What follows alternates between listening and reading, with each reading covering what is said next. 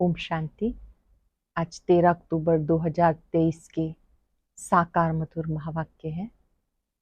आज शुक्रिया दिवस पर हम विश्व नियंता का दिल से शुक्रिया करते हैं जिन्होंने हमें मास्टर दाता बनाया।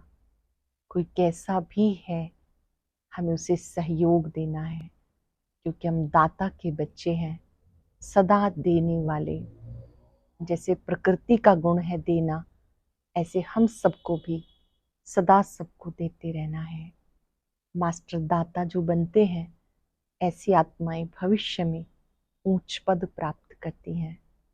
आज की मधुर मुरली में बाबा ने एक बहुत सुंदर दिव्य गुण पे समझाया और वो है धैर्यता। धीरज धर मनवा, धीरज धर, तेरे सुख के भरे दिन आएंगे। जो बच्चे निश्चय बुद्धि हैं वो धैर्यवत रहते हैं। वो ये जानते हैं अब ये दुख का समय पूरा हुआ, अब हमारे सुख के दिन आ रहे हैं। बाबा स्वयं धीरज देने आए हैं। बाबा कहते हैं मैं तुम्हारे लिए नई दुनिया बना रहा हूं, तुम्हें कभी भी मुरझाना नहीं। कई बच्चे मुरझा जाते हैं। बाबा बच्चों को एक राय देते कि आप अपने सामने ब्रह्मा बाप का सैंपल रखो। ब्रह्मा बाप कभी भी किसी परिस्थिति में मुरझाए नहीं। बाबा के पास जो भी बच्चे हैं, कोई तीव्र पुरुषार्थी है, कोई पुरुषार्थी है, कोई ढीला ढाला भी है, कोई सर्विस करता है, कोई डिस सर्विस करता है, बाबा कभी भी मुरझाते नहीं। बाबा को पता है कि राजधानी स्थापन हो रही है, ऐसे तुम बच्चों को भी कभी मुरझाना नहीं है। आपकी अवस्था बहुत धैर्यवत होनी चाहिए, हर्षित मुख होनी चाहिए।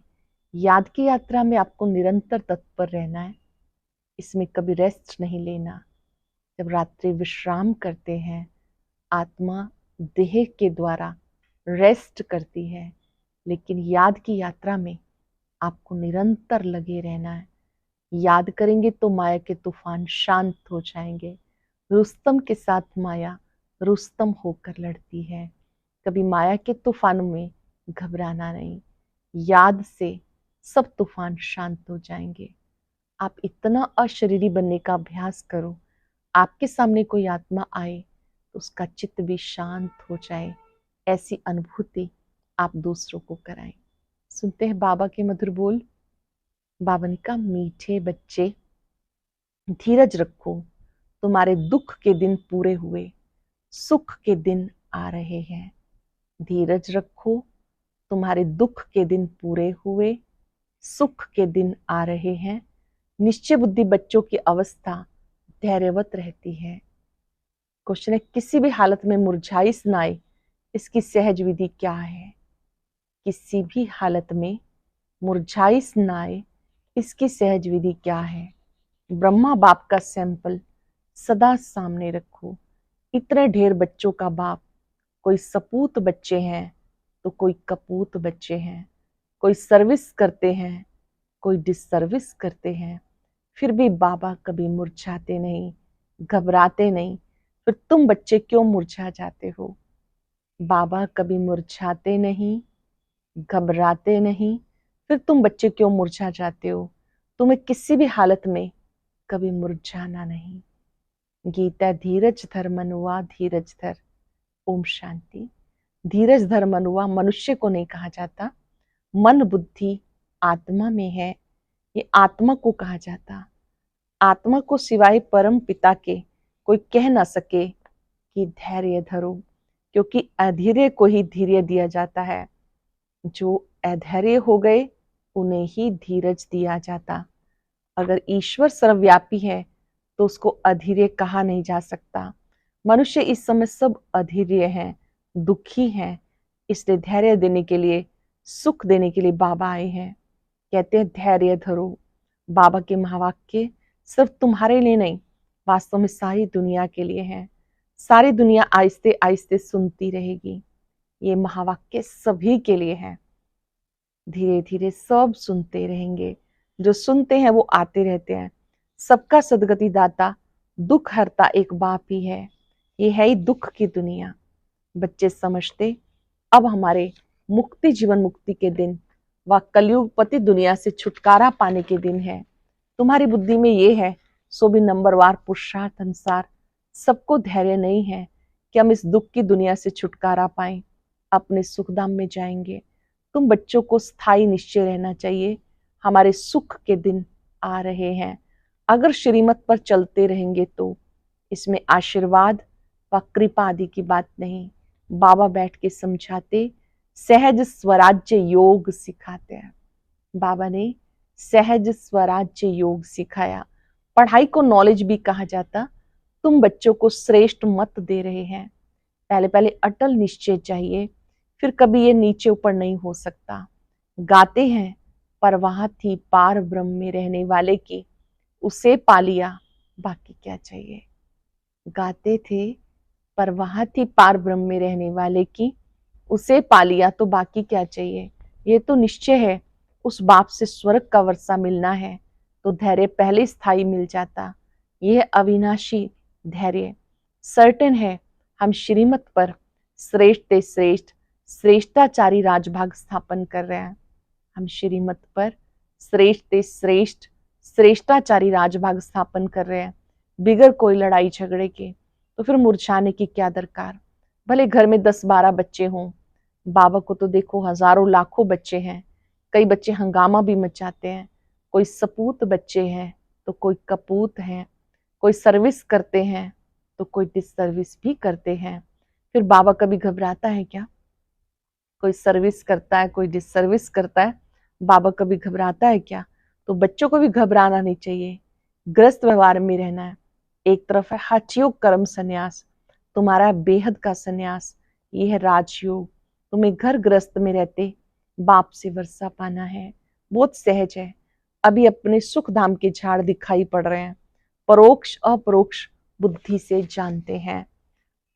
साक्षात्कार हो या ना हो, पुरुषार्थ करते हैं भविष्य स्वयं की राजधानी के लिए। एम ऑब्जेक्ट सामने है। श्री लक्ष्मी नारायण का चित्र हमारे सामने है। लक्ष्मी नारायण का चित्र देख रहे हो ना। ऐसे नहीं कि हमें साक्षात्कार हो तो हम माने, ये बुद्धि से समझने की बात है। इन आंखों से चित्र देख रहे हो ना, इन आंखों से फिर भी यही देखेंगे, राजयोग है ना। बुद्धि भी कहती बरोबर चित्र रखे हैं, फिर साक्षात्कार क्या कराएं। श्री कृष्ण सतयुग का मालिक है ना, शिव परम धाम में रहने वाला है। तुम लक्ष्मी नारायण बन सकते हो, ये तुम्हारी एम ऑब्जेक्ट है। तो आईने में देखो, हम दैवी गुण हमारे में कहाँ तक आए हैं। पहले चित्र देखो, फिर आईने में अपने आप को देखो, मेरे में दिव्य गुण कहाँ तक आए हैं। बाबा धैर्य बहुत अच्छा देते हैं। अब पढ़ना है, राजाई के लिए ज्ञान चाहिए, वो बाप दे रहे हैं। आईसीएस वालों को सबसे जास्ती नशा रहता, हम बड़े से बड़े ऑफिसर बनेंगे, यूं तो धंधे व्यवहार में भी करोड़पति बन जाते। बाबा फिर तुम्हें धंधा सिखाते मट्टे सट्टे का। तुम बाप को कोड़ियां देते हो, उसके एवजे में 21 जन्म के लिए बाबा तुम्हें स्वर्ग का मालिक बनाते हैं। ये सौदागरी भी है तो पढ़ाई भी है। सिर्फ सौदागरी से काम नहीं, वर्ल्ड की हिस्ट्री ज्योग्राफी का भी नॉलेज चाहिए ना। स्वदर्शन चक्रधारी भी बनना है। जितना पढ़ेंगे उतना उच्च पद पाएंगे। स्वर्ग का मालिक तो प्रजा नौकर चाकर भी होगी। अभी भी सब कहते भारत हमारा देश है, परंतु राजा और प्रजा में बहुत फर्क है। बाबा कहते जितना हो सके ऊंच से ऊंच पद पाओ, मात पिता समान पुरुषार्थ करो। समझा जाता सब तो गद्दी पर नहीं बैठेंगे, फिर भी रेस करानी पड़ती। नंबरवार पुरुषार्थ अनुसार राजाई पाएंगे। जिनका जो पुरुषार्थ कल्प पहले वाला है वो साक्षी होकर देखते हैं। अगर किसी का पुरुषार्थ ठंडा देखना है तो तीव्र बनाया जाता। तुम्हारा पुरुषार्थ बहुत ठंडा दिखाई देता है, तुम्हारा ममत्व लगा हुआ है। किसी का ठंडा है, पुरुषार्थ ढीला है, तो बाबा रियलाइज कराते कि तुम्हारा ममत्व लगा हुआ है। ट्रस्टी बनाया, फिर ममत्व क्यों। तुम श्रीमत पर चलो। पूछते हैं बाबा मैं मकान बनाऊं। हाँ क्यों नहीं बनाऊं, भले आराम से बैठो, बाकी थोड़े रोज ये छीछी दुनिया है, भले आराम करो, बच्चों आदि की शादी कराओ। बाप कोई पैसा नहीं लेते, वो तो दाता है। शिव बाबा ने इस समय बच्चों के रहने के लिए ये मकान बनाया, अपने रहने के लिए ये शरीर निमित्त बनाया है। जीव आत्माओं को तो जरूर रहने के लिए मकान चाहिए, तो तुम बच्चों के लिए बना रहे हैं। बाबा भी इस मकान में बैठे हैं, ये तुम जानते हो। हमारा वो है आत्माओं का बाप, ये है शरीर का बाप। तुम्हें अडॉप्ट किया, तुम हमारे बच्चे हो। मम्मा बाबा कहते हो ना, इनको गोद लेना कहा जाता। प्रजापिता ब्रह्मा को इतने बच्चे हैं तो जरूर गोद के ही बच्चे होंगे। तुम बच्चों को अडॉप्ट करते हैं। सरस्वती भी बेटी है ना, यह है बड़ी गुह्य बातें समझने की। गीता भागवत आदि भी तुम पढ़ रहे हो, ये बाबा भी पढ़ा है, परंतु अब तो श्रीमत मिलती है ड्रामानुसार। जो कुछ कहा सो ड्रामानुसार, उसमें जरूर कल्याण ही होगा। नुकसान होता है उसमें भी कल्याण ही है। जो कुछ होता है कल्याणकारी, नुकसान भी होता है तो उसमें भी कुछ ना कुछ कल्याण है। हर बात में कल्याण है। शिव बाबा है ही कल्याणकारी। उनकी मत अच्छी है, अगर उस पर कोई शंका रही तो श्रीमत पर ना चल, अपनी मत पर चलते हैं, इससे धोखा खाएंगे। फिर शिव बाबा क्या करे, कदम कदम पर राय पूछी जाती। सुप्रीम पंडा तो बैठा है ना, बहुत बच्चे बात भूल जाते हैं क्योंकि योग में नहीं रहते। ये बातें भूल जाते क्योंकि योग में नहीं रहते। योग अथवा याद को ही यात्रा कहा जाता। याद नहीं करते तो समझो हम रेस्ट ले रहे हैं। यात्रा पर जाकर कोई रेस्ट लेते हैं। तुम अगर रेस्ट लेते हो, याद नहीं करते हो, तो विक्रम विनाश नहीं होंगे और आगे भी नहीं बढ़ेंगे। याद नहीं करते तो नजदीक नहीं जाते, आत्मा थक जाती है, बाप को भूल जाती है। बाबा कहते तुम यात्रा पर चल रहे हो, रात को तुम रेस्ट लेते ही हो। ऐसे नहीं कि रात को तुम नींद में हो तो यात्रा पर हो, नहीं, वो रेस्ट है। जब जागते हो तब यात्रा पर हो। नींद में कोई विक्रम विनाश नहीं होंगे, बाकी हाँ दूसरे कोई विक्रम होते नहीं। तो बाप सब बातें समझाते, परंतु कोई अमल में भी जब लाए, ढेर पॉइंट्स बताते। बैरिस्ट्री की पॉइंट सब बुद्धि में आती जब वो बैरिस्ट्री पढ़ते हैं। डॉक्टरी व इंजीनियरिंग पढ़ते हैं, फिर वो डॉक्टर अथवा इंजीनियर आदि बनते हैं। जो जैसा कोर्स करते वैसा बनते हैं।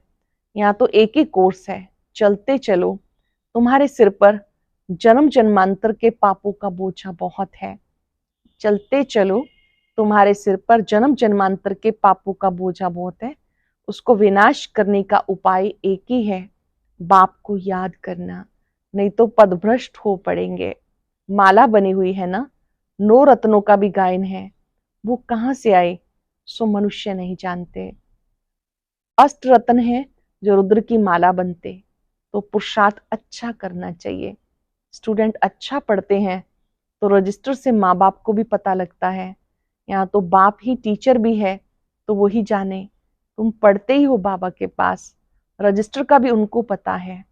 तुम भी अपने रजिस्टर को समझ सकते हो, कहाँ तक हमारे में गुण है, मैं औरों को कहाँ तक आप समान बनाता हूँ। इतनी ताकत है जो कोई सामने देखे और उसका शरीर ही भुला दे। इतनी ताकत है कि किसी को देखे तो अपना शरीर भूल जाए, मैं आत्मा हूं ये अनुभव करने लगे। कहा जाता हिम्मते मर्दा मद्दे खुदा। बाबा बहुत मदद देते हैं, तुम भी मदद देते हो योग की। बाप को चाहिए पवित्रता की मदद, सारी पति दुनिया को पावन बनाना योग बल से। जितना जितना जो योग की मदद देंगे उतना बाबा खुश होंगे। जितना जो योग की मदद देंगे उतना ही बाबा खुश होंगे। ये बाबा के लिए मदद है या अपने लिए? तुम जितना पढ़ेंगे उतना ऊंच पद पाएंगे, जितना याद करेंगे उतना मुझे पवित्रता की मदद करेंगे। मैं आया हूं पतितों को पावन बनाने, पावन दुनिया के लिए। पतित और पावन यहाँ बनते हैं, वो तो है निराकारी दुनिया। गाते पतित पावन आओ, समझते नहीं कि पावन दुनिया किसको कहा जाता है। सीता को रावण की जेल से दुख से छुड़ाया तो फिर सुख चाहिए। औरों को शांति बहुत मिलती, सुख थोड़ा मिलता। तुम्हें सुख भी बहुत मिलता तो दुख भी बहुत मिलता। पिछाड़ी में जो आत्माएं आती हैं, थोड़ा पार्ट बजाए वापस चली जाती। 1-2 जन्म भी लेते हैं, थोड़ा समय आया और गया। तुम्हारे 84 जन्मों की बात है, उनकी 1-2 जन्म की बात है। तुम 84 जन्मों को जानते हो। चक्र को जानने से चक्रवर्ती राजा बनते हो। वो थोड़ा ही बन सकेंगे, उनके लिए ज्ञान नहीं है, ये ज्ञान तुम्हारे लिए है। जिन्होंने कल्प पहले ज्ञान लिया वही अब लेंगे। अब तुम्हें पुरुषार्थ करना है। पुरुषार्थ का समय अभी है और तुम्हारे लिए पुरुषार्थ की बात है। देवी देवता धर्म बहुत सुख देने वाला है, इतना सुख और कोई दे ना सके। ये अनादि ड्रामा बना हुआ है। सभी को तो हीरो हीरोइन का पार्ट नहीं मिल सकता। किस्म किस्म के मनुष्य हैं, उनमें भी अच्छे बुरे अनेक प्रकार के हैं। श्रेष्ठ श्रेष्ठ देवी देवता हैं। श्रेष्ठ उनको ही कहा जाता, वो तो सतयुग में ही होते हैं। उनके चित्र भी हैं, परंतु वो कैसे बने ये नहीं जानते। कोई तो फिर कहते श्री कृष्ण हाजिरा हजूर है, भगवान भी हाजिरा हजूर है। इन बातों को तुम बच्चे समझ गए। ये एम ऑब्जेक्ट बहुत अच्छी है समझाने के लिए। सबको निमंत्रण जरूर देना है। अखबार से सबको निमंत्रण मिल रहा है, बाकी टाइम बहुत थोड़ा है। अब तक बच्चे यात्रा करते थक जाते हैं तो बैठ जाते हैं, चलते चलते याद की यात्रा में थक जाते हैं तो बैठ जाते हैं। माया के तूफान सहन नहीं कर सकते। युद्ध के मैदान में माया जरूर पकड़ेगी, रुस्तम से रुस्तम होकर लड़ेगी। जोर से तूफान आएंगे। फिर कहते हैं जब से ज्ञान में आया हूं विघ्न बहुत पड़े हैं, धंधे में घाटा हुआ। बाबा कहते ऐसे मत समझो, ज्ञान में आए हैं तब विघ्न पड़ते हैं। ये तो दुनिया में होता ही रहता है, इनसे डरना नहीं। कभी शुक्र की दशा, कभी राहु की दशा, कभी कोई दशा बैठती रहती है। चलते चलते फां हो जाते हैं। राहु की दशा बड़ी कड़ी हो जाती है, माया खा जाती है तो काले का काला बन जाते हैं। माया थप्पड़ लगाई काला मुंह कर देती है। माया की भी जीत होगी। सिर्फ बच्चों की जीत हो फिर तो झट राजधानी स्थापन हो जाए। उस्ताद को भूल जाते हैं तो माया थप्पड़ मारती है। बाबा को भूल जाते तो माया थप्पड़ मारती है। ऐसे रूहानी साजन को सजनी भूल जाती है, ये भी तो वंडर है ना। रूहानी साजन को सजनी भूल जाती है, ये भी तो वंडर है ना। अच्छा, मीठे मीठे सिक्के लदे बच्चों प्रति मात पिता बाप दादा का याद प्यार गुड मॉर्निंग। रूहानी बाप की रूहानी बच्चों को नमस्ते। रूहानी बच्चों की रूहानी बाप दादा को याद प्यार नमस्ते, गुड मॉर्निंग। शुक्रिया बाबा, शुक्रिया। धारणा के लिए सार। योग बल से पति दुनिया को पावन बनाने में बाबा का मददगार बनना है। याद की यात्रा में रेस्ट नहीं लेनी। ऐसी याद हो जो सामने वाला शरीर भी भूल जाए। ऐसी याद हो जो सामने वाला अपनी देह को भी भूल जाए। श्रीमत में कभी शंका उठाकर मनमत नहीं चलानी। हर बात में राय लेते उसमें कल्याण समझ के चलना है। हर बात में राय लेते उसमें अपना कल्याण समझकर चलना है। वरदान है सहयोग की शुभ भावना द्वारा रूहानी वायुमंडल बनाने वाले मास्टर दाता भव। सहयोग की शुभ भावना द्वारा रूहानी वायुमंडल बनाने वाले मास्टर दाता भव। जैसे प्रकृति अपने वायुमंडल के प्रभाव का अनुभव कराती है, कभी गर्मी कभी सर्दी, ऐसे आप प्रकृति जीत सदा सहयोगी सहज योगी आत्माएं अपनी शुभ भावनाओं द्वारा रूहानी वायुमंडल बनाने में सहयोगी बनो। वो ऐसा है, वो ऐसा करता है, ये नहीं सोचो। शुभ भावनाओं द्वारा रूहानी वायुमंडल बनाने में सहयोगी बनो। ये ऐसा है, ये ऐसा करता है, ये नहीं सोचो। कैसा भी वायुमंडल है, व्यक्ति है, मुझे सहयोग देना है। दाता के बच्चे सदा देते हैं, वो चाहे मनसा से सहयोगी बने, चाहे वाचा से, चाहे संबंध संपर्क से, लेकिन लक्ष्य हो सहयोगी जरूर बनना है। लक्ष्य क्या रखना है? सहयोगी जरूर बनना है। बहुत ही सुंदर स्पेशल बाबा ने आज वरदान दिया।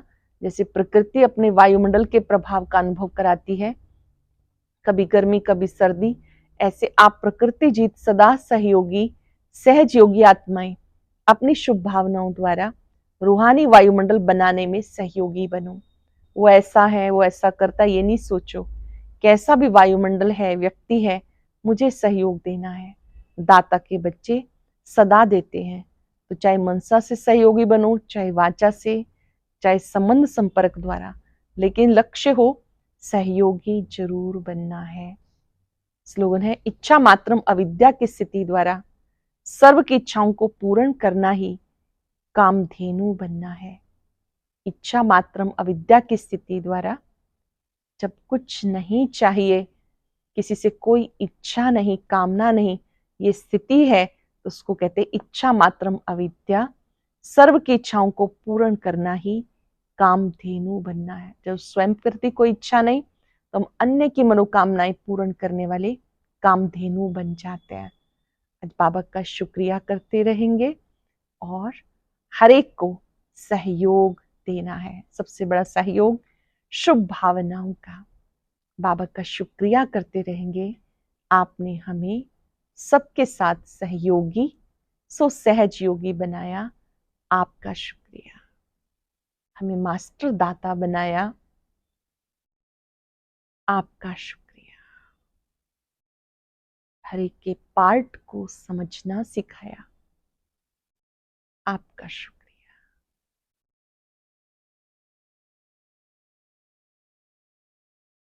हम जो हैं, जैसे हैं, बाबा हम सबसे प्यार करते हैं, हमें मदद देते हैं।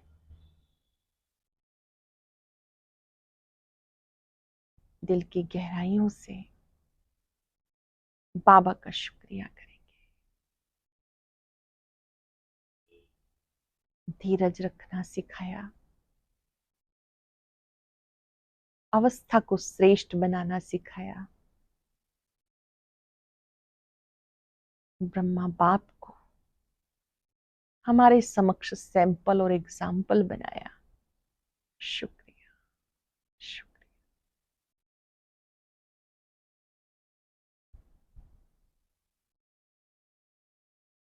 बाबा से इतनी शक्तियां ले, विकट से विकट परिस्थिति में भी दिल से निकले, बाबा आपका शुक्रिया। और अब सुनते हैं आज का अव्यक्त ज्ञान मोती।